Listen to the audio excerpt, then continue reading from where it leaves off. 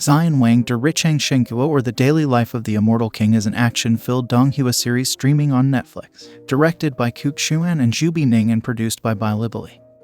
It is based on the light novel and manhua series of the same name written by Kuk Xuan. The series was originally released on the 18th of January 2020 and its first season is available on Netflix. The Daily Life of the Immortal King plot summary. This Donghua, like a lot of other Donghuas, includes cultivation arcs. Cultivation is the ability to create different realms. It's an omnipotent power that requires spiritual prowess. The only difference that makes this anime stand out is the dystopian tone that it has. The events take place in a fictional country called Huaxiu, which serves as the birthplace of scientific cultivation, Wangling.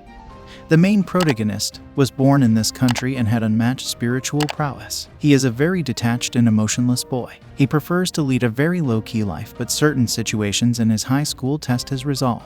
Due to these situations, Wangling is forced to use his powers. This sheds light on exactly how powerful he is. Wangling also makes a few friends down the line, and together they cope with high school life as well as the dangerous situations they come across during it. Why is Wangling obsessed with normalcy? Wangling is introduced in the prelude of the series as an innocent little kid eating rice noodles, completely oblivious about the battle going on between Tun Chenha, a frog-like demon king, and Zhui, a genius cultivator from Sector 60. Zhui and his crew of cultivators could not defeat Tun Chenha. Amidst the violence, carefree Wangling was saved by Zhui from getting hit by Tun Chenha. In turn, Wangling defeats Tun Chenha with just a kick and credits the victory to Zhui. This serves as a glimpse of the true power that Wangling holds. Wang's obsession with normalcy is seen throughout The Daily Life of the Immortal King Season 1. His power renders him unable to do simple tasks, like holding a bowl and not breaking it. His parents support him unconditionally, yet they are afraid of his spiritual prowess. They are continuously seen distressing over the fact that if Wangling cannot control his powers, then the destruction of the world will be inevitable.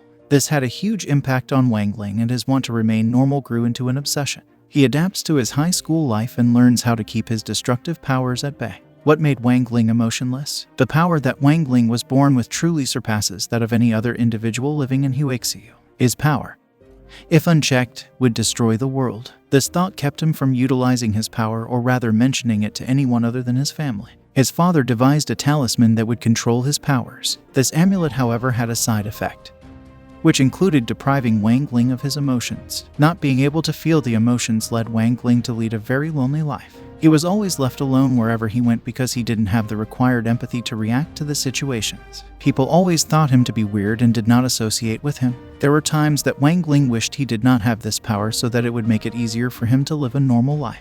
The intrusion of the talisman rendered him incapable of emotions. He could feel himself get disappointed during situations where his friends would need him to react accordingly. The emotional incompetence left him unable to respond to his friends, making him seem weak.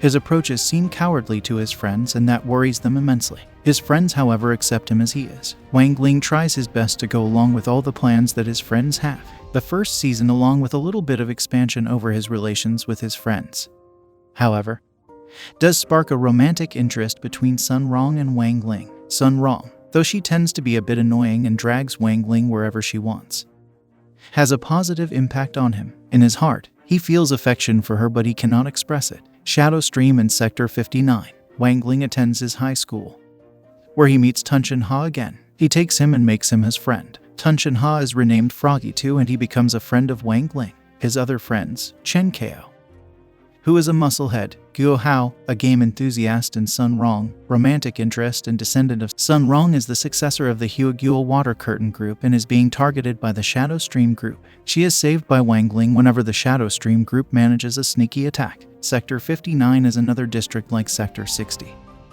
who have their own school that the cultivators attend. There is a competition between schools of these two sectors. Wang Lai and his friends are chosen to compete against the cultivators of this school. The magical auditorium where the competition is held is where the last battle of Season 1 takes place. The leader of the Shadow Stream group sneaks into this competition as a student and tries to kill Sun Rong. The Daily Life of the Immortal King ending explained. Does Sun Rong regain her life? Wangling is shown as an emotionless, detached boy throughout the season. At the end of The Daily Life of the Immortal King Season 1, the amulet is unveiled as the cause behind his uncharacteristic behavior. The amulet's main use was to keep Wangling's power in check and save the world from destruction.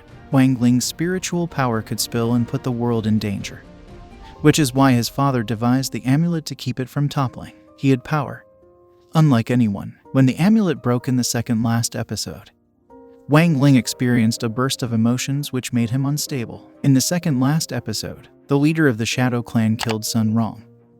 This served as the last straw that broke the talisman. This incident called forth Wang Ling's wrath, and he unleashes all his power. He tries to bring Sun Rong back, and whilst doing so creates a second world. This incident boasts about the unlimited power Wang Ling has. He tries to experience emotions and normalcy in this second world. Yet, he is unable to bring back Sun Rong. In this second world, he searches for Sun Rong to no avail. The reason why Sun Rong does not exist in this second world is due to her soul being detached from her body. Her body also has no spiritual power to keep her soul intact. When Sun Rong's soul arrives at the gates of the underworld, Yama notices that Sun Rong is the descendant of the omnipotent Monkey King, Sun Wukong. He immediately sends her back. Sun Rong then wakes up to save Wang Ling from his rage and sets the world right with him.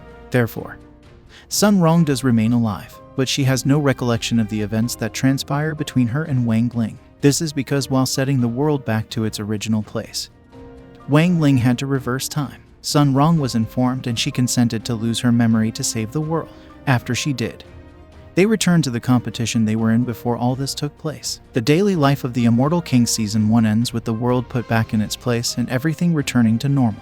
The normal is emphasized by Wang Ling's father rushing over to put on a newly devised talisman over his neck where the previous talisman was. Here, Wang Ling does get questioned if he wants to return to his emotionless normal life or stay as he is and enjoy the instances as they come. Well, he sides with normalcy and discards his emotions yet again. This time he feels secure to do so because his friends accepted him the way he is. That marked the end of Season 1. Although the season ends on a conclusive note, there is another season releasing soon. A new demon will be introduced that Wang Ling would have to deal with. This demon would be the boss of Tun Chen Ha. It will also focus on the tender bond that Wang Ling shares with Sun Rong.